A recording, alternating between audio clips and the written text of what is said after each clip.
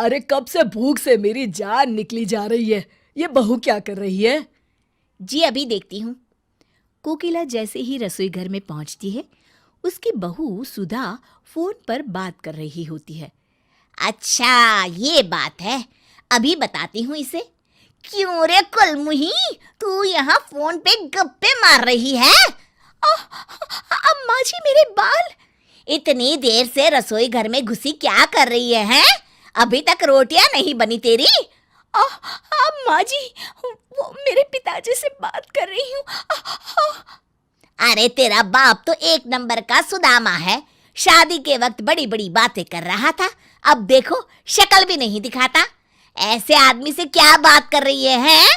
मैं कहती हूँ रख फोन और जल्दी से खाना बनाकर हॉल में ले आ, वरना तू तो मुझे अच्छी तरह जानती है ना? जी माँ जी, अभी लेकर आती हूँ। हाँ जल्दी आ। गुस्से में बड़बड़ाती हुई कोकिला वहां से चली जाती है। कोकिला छोटी छोटी बातों को लेकर अपनी बहू सुधा को अक्सर मारा पीटा करती थी।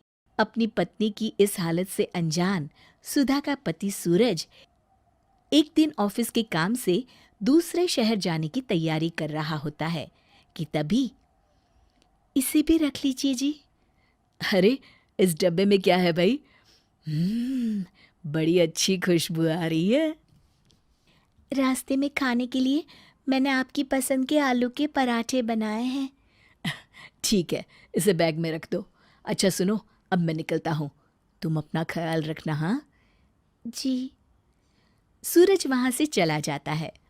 इस तरह सुधा के पति के दूसरे शहर जाते ही उसके सास ससुर के अत्याचार और बढ़ जाते हैं। तंग आकर सुधा घर छोड़ने का मन मना लेती है और जब सुधा अपनी सास के साथ बाजार से सब्जी खरीद रही होती है, तभी सुधा मौका देखकर अपने मायके जाने वाली बस में चढ़ जाती है। अरे ये नालायक कहाँ चली गई? कोकिला बहू को बाजार में ढूंढने लगती है। तभी उसकी नजर रीटा पर पड़ती है, जो एक चोरनी होती है और उसकी शक्ल हूबहू सुधा से मिलती है। अरे करम जली, तू यहाँ क्या कर रही है? कब से ढूंढ रही हूँ तुझे। भगवान तेरी जैसी बहू किसी को ना दे। पूरा बाजार घूम घूम के मेरी हालत खराब हो गई। और ये अचानक तूने ये अजीबोगरीब कपड़े कहाँ से पहन लिए? अब सीधी तरह घर चल, बहुत देर हो गई है। अरे ये बेवकूफ मुझे अपनी बहू समझ रही है। अच्छा है, बुढ़िया पैसे वाली दिखाई देती है। इसके घर तो चोरी करने में मजा आ जाएगा। रीटा कोकिला के साथ उसके घर चली जाती है। अगली सुबह, अरे ओ मेरी निकम्मी बहू, सुबह के 10 बज चुके हैं और तू अभी तक अपने कमरे में आराम फरमा रही है। लगता है जब तक 2-4 तुझे पड़ती नहीं ना, तेरी अकल ठिकाने नहीं आती। चलो उठ अब जल्दी और मेरे लिए नाश्ता बना कर लिया। अच्छा तो ये बात है। इसका मतलब है कि इसकी बहू इससे तंग आकर घर छोड़कर चली गई है।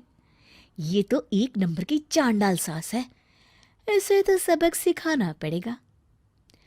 अरे तू पागल हो गई है क्या बुढ़िया, जो मुझे नाश्ता बनाने के लिए बोल रही है? नाश्ता तो आज तू बनाएगी और मैं खाऊंगी। हाँ देखो किस तरह जबान चल रही है इसकी, हैं? अरे सासू माँ, सिर्फ जबान ही नहीं बल्कि हाथ पैर भी बहुत अच्छी तरह चला लेती हूँ। तुमने सुना कोकिला, आज तो ये कुछ ज्यादा ही बोल रही है।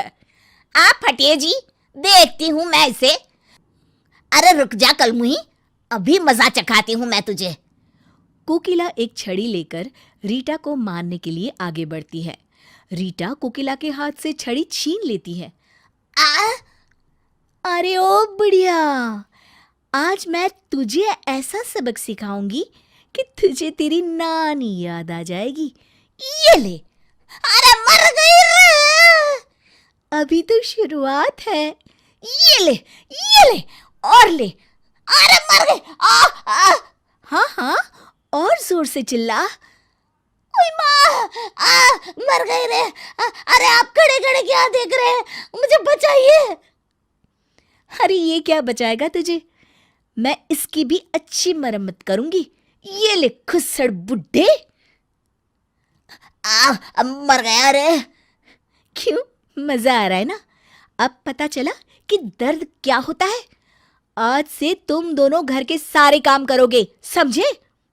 अरे तू जैसा कहेगी हम वैसा करेंगे। बस बस, और मत मार। हाँ बहू, हम दोनों मिलकर घर का सारा काम कर दिया करेंगे।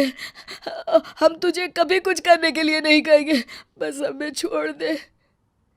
ठीक है, आज के लिए इतना काफ़ी है। अब मैं अपने कमरे में आराम करने जा रही हूँ। 15 मिनट के अंदर चाय नाश्ता मेरे कमरे में आ जाना चाहिए। अरे बहू, अभी लेकर आती हूँ। रीटा कमरे में चली जाती है। अगले दिन से उस घर की दिनचर्या पूरी तरह से बदल जाती है। रीटा सुधा के सास ससुर से घर के सारे काम करवाती और खुद मजे से आराम करती। अरे बुढ़ापे में मुझे क्या क्या करना पड़ रहा है। कोकिला, अगर हम बहू को इतना नहीं सताते तो आज हमें ये दिन नहीं देखना पड़ता। आप बिल्कुल सही कहते हैं जी। तभी वहां रीटा आ जाती है। सुधा के सास ससुर रीटा के पैर पकड़ लेते हैं। अरे बहू, हमें माफ कर दे। हमें हमारी गलती का एहसास हो गया है। भगवान के लिए अब हम पर अत्याचार मत कर। हाँ हाँ बहू, हमें माफ कर दे, तू तो हमारी बेटी समान है। अरे अगर माफी मांगनी है तो अपनी बहू से जाकर मांगो, जो तुम दोनों के अत्याचार से तंग आकर अपने मायके चली गई है। मैं तो उसकी हमशक्ल रीटा हूँ। क्या तू सुधा नहीं बल्कि उसकी हमशक्ल है? हाँ, मैं उसकी हमशक्ल हूँ। मैं समझ गई।